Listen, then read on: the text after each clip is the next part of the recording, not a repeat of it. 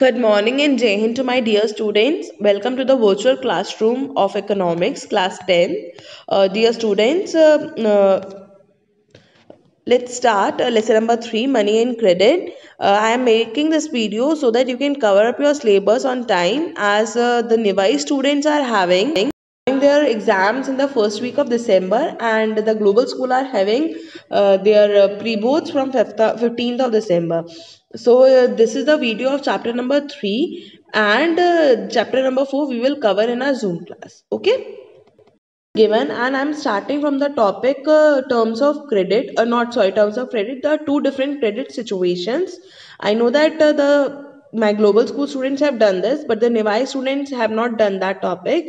So for you it's a revision, and for them they will grasp the knowledge. Okay, once again, so that students of Nivai can also can have uh, the knowledge of this topic, and you can revise this topic. So I'll start my video with the topic two different credit situations. See the two different credit situation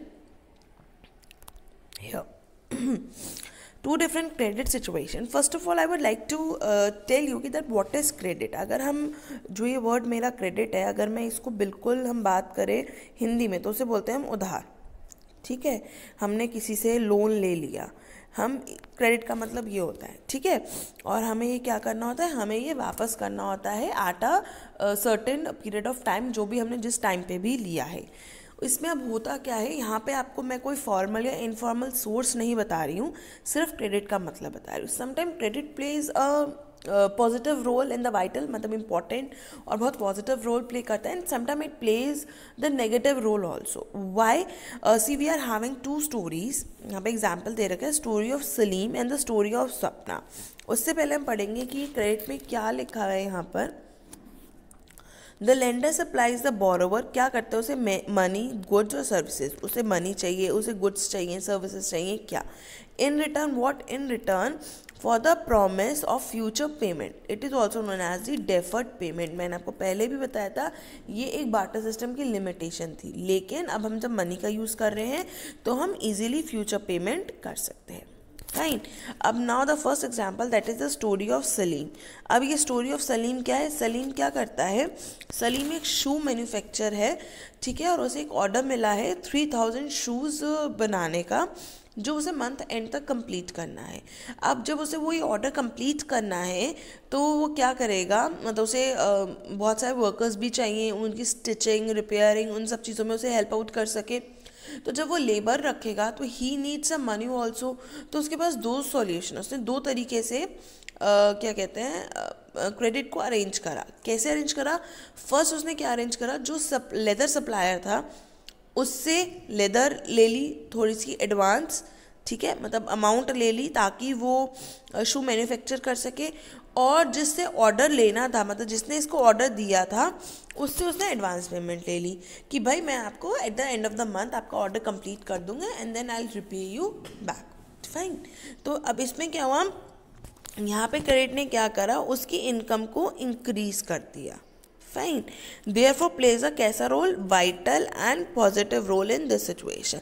जो हमारा ए वाला example है, सलीम वाले, उसमें एक positive और एक उसने वाइटल रोल प्ले करा. ठीक है, but in the next situation जो हमारी स्वप्ना की स्टोरी है, स्वप्ना की स्टोरी में उसने क्या करा, क्रेडिट पुश्ड हर इन डेप्ट ट्रैप. क्रेडिट ने उसको एक डेप्ट ट्रैप में पुश कर दिया. कैसे? अब ये डेप्ट ट्रैप क्या होता है या क्या सिचुएशन थी, मैं पहले आपको सिचुएशन बताती हूँ.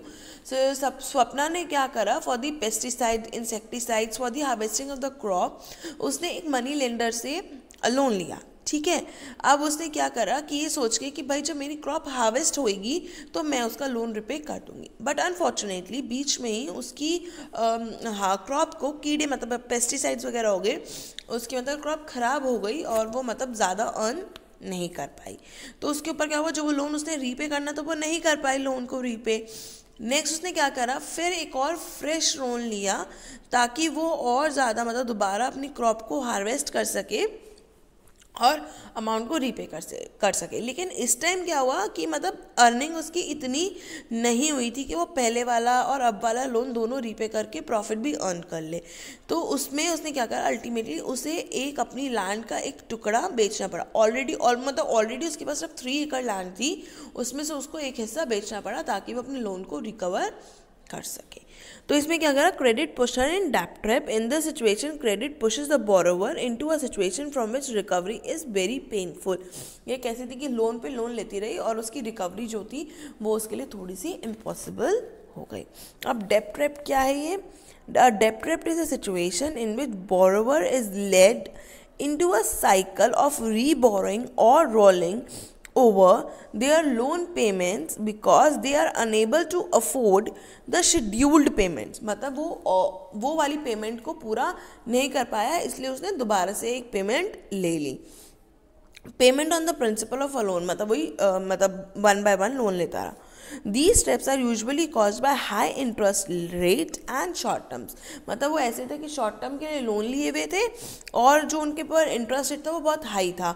तो वो जब उसे फुलफिल नहीं कर पाया तो उसने फिर एक लोन ले लिया, फिर एक लोन ले लिया, इससे वो डेट ट्रैप में आ गया। Got it? समझ में आया? Okay. So our next topic is terms of credit. अब आता है हमारा टर्म्स ऑफ क्रेडिट। अब ये टर्म्स ऑफ क्रेडिट क्या है? क्रेडिट हमें पता चल गया क्या होता है, मतलब अब उधार लेना, लोन लेना। अब उसके टर्म्स की मतलब हम किन कंडीशंस पे, आपने देखा है कि कुछ भी लिखा होता है तो स्टार से बना हुआ होता है और उसके पे मतलब जैसे कई चीज़ें लिखी होती है तो वहाँ पे स्टार से लिखा बना हुआ होता है ऐसे, और फिर बाद में बोल देते हैं टर्म्स एंड कंडीशंस अप्लाई। तो वो जो टर्म्स एंड कंडीशन अप्लाई वाली बात होती है वो क्या होती है, ठीक है, मतलब क्या है वो? तो वो आती है इंटरेस्ट रेट क्या है, कोलेट्रल क्या है, डॉक्यूमेंटेशन क्या रिक्वायरमेंट है, मोड ऑफ रीपेमेंट, ये सारी चीज़ें हम इसमें आप पढ़ेंगे, ठीक है। तो इंटरेस्ट रेट मतलब कि कितना % पे आप जो वो लोन है वो रीपे करोगे, ठीक है। ये क्या होता है? जैसे अभी हमने, अगर आपको याद हो तो हमने एक चीज़ पढ़ी थी, अगर आपको याद हो तो हमने ये पढ़ा था कि जो हमारे ये डिपॉजिटर्स होते हैं, डिपॉजिटर्स, फिर ये हमारा बैंक, ठीक है, ये हमारा बैंक हो गया और ये हमारे यहाँ पे हो गए बोरोवर्स। सो इनसे तो बैंक क्या करेगा, जो डिपॉजिट करेंगे इनको तो देगा ये सपोज 5%, ठीक है, और बोरोवर से जब बैंक लेगा तो वो लेगा 15%। तो जो ये इंटरेस्ट रेट है 15%, ये इंटरेस्ट रेट आता है आपका, ठीक है। तो ये इंटरेस्ट रेट आपको यहाँ पे क्लियर हो गया। उसके बाद नेक्स्ट आता है हमारा यहाँ पर कोलेट्रल। कोलेट्रल का मतलब होता है गिरवी रखना। अगर मैं आपको प्योर हिंदी में बताऊं तो इसका मतलब होता है गिरवी रखना, कि आप क्या कोलेट्रल रख रहे हो। अगर आपको पता हो कि अगर आप एजुकेशन लोन ले रहे हो, नॉट एजुकेशन एक्चुअली, अगर आप ऐसा लोन ले रहे हो कि अब्रॉड जाना है, आपको पढ़ना है, या एजुकेशन लोन भी होता है, बहुत सारे लोन्स ऐसे होते हैं जिसमें आपको कुछ ना कुछ कोलेट्रल रखना पड़ता है, कुछ ना कुछ गिरवी रखना पड़ता है। और वो क्यों रखवाते हैं? आपका जो लोन है, अगर आपकी लोन अमाउंट बहुत ज़्यादा है, ठीक है, if it is around 1 crore 2 crore या कुछ लैक्स में भी अमाउंट होती है, तो अगर आप उन्हें रीपे नहीं कर पाते, अगर आप बैंक को, कोई फॉर्मल हो का इनफॉर्मल हो, अगर आप वो लोन रीपे नहीं कर पाओगे तो then they will sell out whatever the collateral you have kept there. आपने जो भी कोलेट्रल वहाँ पे रखा होगा वो उसे बेचकर और आपका जो अमाउंट है वो रिकवर कर लेते हैं, ठीक है। अब इसमें ये क्या दे रखा है? Security against loan. इंग्लिश में इसे बोलते हैं सिक्योरिटी अगेंस्ट लोन, हिंदी में इसे बोलेंगे आपकी गिरवी रखना। तो क्या है? It is an asset that borrower owns. एक एसेट जो बोरोवर के पास है, land, building, vehicle, livestock, deposits with bank etcetera. उसकी ज़मीन हो गई, उसके घर हो गया, उसके गाड़ी, motorcycle, whatever the vehicle ही और she is having, life stocks, उसके मतलब एनिमल्स वगैरह, if the person is having kind of that one, उसके बैंक के साथ कुछ अदर डिपॉजिटेड्स हैं वो, and uses this as a guarantee to a lender until the loan is repaid. वो उसे गारंटी देता है जब तक लोन रीपे नहीं हो जाता। फाइन। सो ये आपका हो गया कोलेट्रल।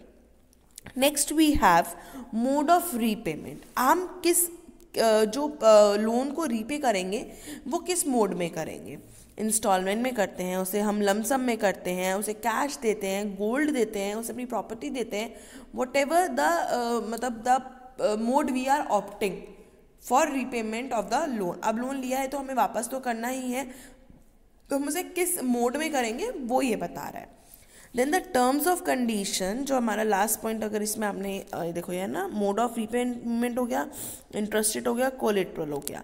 एक अभी जो डॉक्यूमेंटेशन रिक्वायरमेंट आता है वो भी बताती हूँ। द टर्म्स ऑफ कंडीशन में very depending on the nature of the lender and the borrower. It depends कि जो लेंडर और जो बोरोवर है वो सब कुछ उस पर डिपेंड करता है कि वो उसे कुछ कोलेट्रल रखवाता है नहीं रखवाता, मोड ऑफ रीपेमेंट उसका क्या है, क्या उसकी टर्म्स एंड कंडीशंस हैं, तो ये सारी चीज़ें वो उसे बताते हैं। यहाँ पे documentation, sorry by mistake I have done, documentation requirement की ये टॉपिक जो है ये आपका बिल्कुल अलग है, आप इसे छोड़ दो।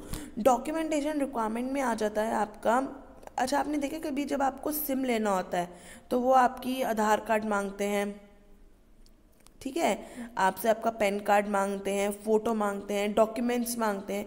तो जब आप एक सिम लेते हो तो सेम अगर आप लोन लेते हो तो मतलब वो क्या आपसे डॉक्यूमेंट्स मांगते हैं। आपने देखा होगा कि अब आजकल आता है कि फ़ोन जो है आप without giving any down payment आप इंस्टॉलमेंट्स पे ले सकते हो, some kind of home credit की तरफ से होता है कि आप इजीली ले सकते हो, या इवन अगर आप ऑनलाइन भी इंस्टॉलमेंट पे करते हो तो वो डॉक्यूमेंटेशंस मांगते हैं। तो ये सारी चीज़ें होती हैं when you are taking a loan from a formal sector. Informal से आप लेते हो तो इतनी आपको रिक्वायरमेंट नहीं होती, but if you are taking from the formal sector, proper आप किसी लीगल इंस्टीट्यूशन से ले रहे हो, then you have to submit the documents which are required. Okay, so the next topic is variety of credit arrangements, which we are going to cover in the next part of the video.